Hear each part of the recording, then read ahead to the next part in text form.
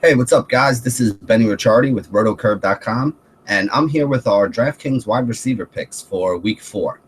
I don't normally do this, but while I was looking through the picks, there was somebody that really stood out for the Thursday night game. So I'm going to start by talking about my favorite player that's going to be playing on Thursday. If you guys happen to watch this video after Thursday, then obviously he's not going to be an option for you. But we'll get to some other guys that you can use after this. But if you are watching this video today and you're playing the Thursday games, I really like Steve Smith Jr. tonight. He is third in the league right now in overall targets with just shy of 14 targets per game. That's a huge number for a wide receiver. He has the 5th best matchup today, according to Pro Football Focus, versus Pittsburgh's Antoine Blake, and he's a huge part of that Ravens offense. He's basically the only wide receiver they have who has any experience and really who has any big-time talent. They basically been running guys like Kamar Aiken on the opposite side of him, and while people were talking about Aiken as a cheap flyer you could take at the beginning of the year, he's not of anywhere near the same caliber as some of these other NFL-ready wide receivers. He's basically just a cheap flyer that you're hoping catches a touchdown. Steve Smith is the guy who has really been carrying that offense so far.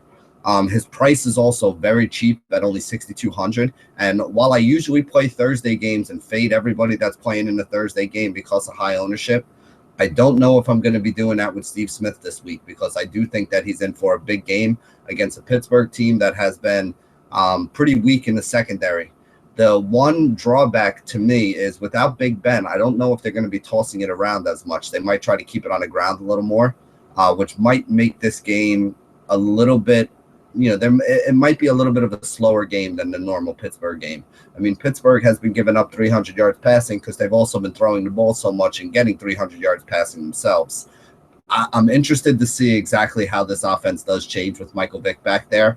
Obviously, I don't think it's going to be exactly the same as it was with Big Ben, but just how much they change and the tempo that they play, there's a lot of question marks that are surrounding it. So that would be the one drawback. But if you are playing Thursday lock games, DraftKings Steve Smith 6,200, I think is just too nice a price to pass up. Moving on to some action for this weekend, I'm really a big fan of DeAndre Hopkins as well. He's been 5th in the league so far in targets and is basically the apple of Ryan Mallett's eye. I mean, if you watch the game, Mallett is locked on him until he sees that he's not going to get himself open, and then he looks off to the other receivers. But just about every play, the first guy that Mallett is looking at is DeAndre Hopkins' way, and you can tell that just by the amount of targets that this guy has been getting. Also, Houston is a team that's been running 80 plays per game, which is the most of any team in the NFL. So the opportunity is definitely there for basically anybody on this team. But if you look at the guy who gets targeted the most on this team, it's going to be Hopkins. On a team that runs the most plays, he's going to get a lot of opportunity, and that's going to lead to fantasy points for you. He has the top 20 matchup as well this week against Robert Alford of Atlanta. Atlanta has been pretty easy to throw on. They've already given up some big games to guys like Jordan Matthews and Odell Beckham in the first 2 weeks of the season. And I think that DeAndre Hopkins is another guy who's in that same mold and could be mentioned in the same breath as those other two, especially because of the way he's been doing things lately. He's a big red zone target on this team. The first week they threw kind of like a fade to him, back shoulder fade, where he went up and went over the cornerback and got it. The next week he set up that back shoulder fade and then came inside on a slant and wound up catching a touchdown in the end zone that way. So they have a whole bunch of things that they do with this guy in the red zone. They switch it up so that defenses can't play in one way or the other. And, again, as long as he's going to be getting those red zone targets, he's definitely the top red zone target for that Houston team when they get down into the red zone and they're looking to pass the ball. Let's see. The other thing I like about him is that he's always underowned. I feel like he's kind of disrespected. People don't consider him to be a top receiver. So his ownership percentage rarely gets above 10 or 12%. I think it might start creeping up a little more once people see how many targets he has been getting. But again, until I really see him getting up into the 15 to 25% range or even higher, I still consider him to be an underowned guy with upside. And those are the kind of guys that can really help you win a tournament, really help you stand out. And he does have that 30, 40-point upside game. He can get you 100 yards. He can get you 7 to 10 catches, and he could also get you a touchdown or two. So I'm a really big fan of DeAndre Hopkins this week, and he's going to find his way into a lot of my lineups. Next guy I want to talk about is somebody who I know a lot of the community is on this week, and that's Amari Cooper. Again, I want to say no because I feel like Oakland is going to run a little bit more this game, But the more I look at this guy's stats, the more I mean, he is an absolute stud, especially for a rookie. He's the number one most undervalued option, according to Fantasy Pros on DraftKings this week at the wide receiver position. He's only 6,300, which is pretty cheap for a guy that does have his kind of upside. He's had back-to-back 100-yard receiving games, 13th overall in targets, ahead of guys like Odell Beckham, Randall Cobb, and Jordan Matthews so far on the season. And he's going up against a weak secondary as well. So he does have a good matchup and a good chance to perform here. Like I said, the one drawback I have is I think that Oakland could be winning this game, and we might see a lot of, a heavy dose of Latavius Murray late. But in order for them to get that lead, they are probably going to be throwing it early. They do have two wide receivers on their team who are in the top 15 for the most targets. So they've definitely been throwing the ball quite a bit. And obviously they're able to support, two guys seeing the ball that often. So I definitely think that's a good sign. And I do think Cooper is the more talented of the two receivers at this point between him and Crabtree. So he would definitely be the guy who I was looking at. He's also David Carr's preferred target. We did have Crabtree in week 2 have like a 16 target game. But if you take that target away in week 1 and week 3, when the matchups were a little better for him, Amari Cooper still saw a ton of targets. Next guy I want to talk about is a homer pick for me, but I love the Jets' Brandon Marshall again this week. He's only $6,800. He's 10th overall in targets, has a top 10 matchup against Jamar Taylor of the Miami Dolphins, according to Pro Football Focus. He's averaged 8 catches, 90 yards, and a touchdown so far in his first 3 games.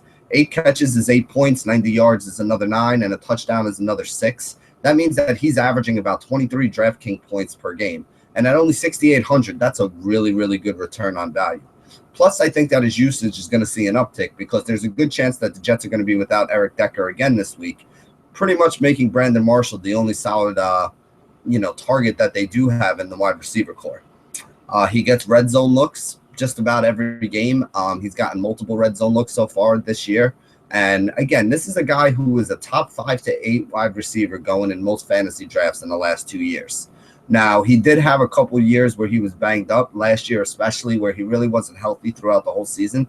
But right now he's healthy. And when he's healthy and he's playing well, I mean, the upside that Brandon Marshall gives you is the same as the upside for, guys that you're paying $8,000 or $9,000 for. Demaryius Thomas, Calvin Johnson. He's basically in the same breath as those guys. So if you can get him at a discount below $7,000, I think it's just too good a price. Now, remember, the Jets do play in that London game, so I don't know if he's going to be available in every pool that we have this week. But if you're playing in the Thursday lock pool or in the earlier Sunday pool, Brandon Marshall is definitely somebody that I want to be looking at this week. Looking over at the cheap options, we talked a lot about a guy like Rashard Matthews last week.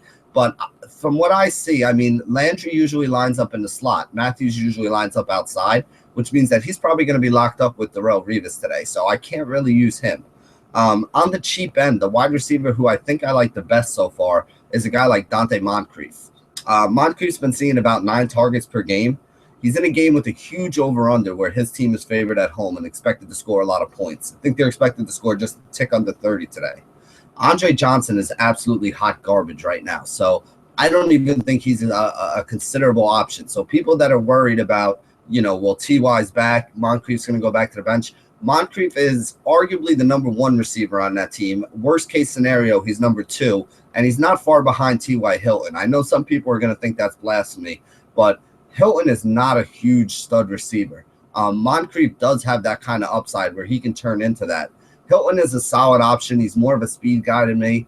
He's not somebody I expect to see 10 to 15 targets a game. Moncrief, I think, is somebody who can handle 8 to 12 targets a game. So I do think that he's a better option over T.Y., although T.Y. does have the upside, because he's usually the guy that they're sending long for a big game in a tournament. The floor for Moncrief has been in the teens so far this year, and I think that that's pretty safe. I think that, last game was one of his worst games altogether, and I think it had a lot more to do with a lot of the defensive coverage kind of being a little bit more on him. I know, like I said, people are loving T.Y. and all that, but defensive coordinators know who the guy they got to stop is, and that's why they're rolling coverage over to Moncrief's side. He's a very, very good receiver, very underrated. He had great numbers coming out of the combine. He was one of those combine warriors that people were talking about as, he just needs a chance. And I feel like now he's starting to get that chance. especially with Andre Johnson's underperformance. I think the Colts realize they're better off with a guy like Moncrief on one side and Ty on the other side. And so far, it's actually paid dividends. Like we said, Moncrief's been playing pretty well. He had 7 catches for 120 yards against a really tough Jets secondary. Again, last game he wasn't targeted as often as he has been, but I think that that'll turn around again for this game. And the thing I like most about Moncrief is he's only $5,000. So as far as cheap receivers go, yes, there are some guys below there. You can go down to a guy like an Allen Hurns, who people were talking about this week, mostly because Vontae Davis is probably going to be on Allen Robinson, which means the ball is going to have to go somewhere else. And again, that's not a horrible reason to start somebody, but it's also not a great reason to start somebody. I want to start guys who are seeing consistent targets and doing something with the consistent targets that they're seeing. And Donte Moncrief so far this year has been one of those guys. If you notice, I didn't use any of the high top-end wide receivers this week. Julio Jones has been a target monster, and he's been playing really well, so I can understand the argument there. Odell Beckham has a tough matchup against the Buffalo Bills secondary. Even though Buffalo's passer rating is not all that great. Remember, they did give up like 450 yards to Tom Brady a couple weeks ago. So that's going to skew anybody's overall passer numbers this early in the season. They did a good number on Andrew Luck, although that's looking a little more suspect now because Luck has been basically horrible against everybody else the past couple weeks as well. So I'm not really too sure how to go with Odell Beckham here. I do think he's a little expensive, though. Demaryius Thomas is an option that I don't hate. You also got guys like Calvin Johnson up there who, again, hasn't been doing all that much this year. Emmanuel Sanders, who, again, you got to decide between Demaryius and Emmanuel Sanders. I don't think there's going to be enough support for both of them. So I have been shying away from some of the top receivers and going to some more of those mid to upper tier kind of guys that I think are in good spots. So that's how I'm going to be building my rosters this week, especially with the wide receiver position. Again, this has been another episode of Roto Curve, bringing you our DraftKings wide receiver picks for week 4. And as always, stay classy, DFS.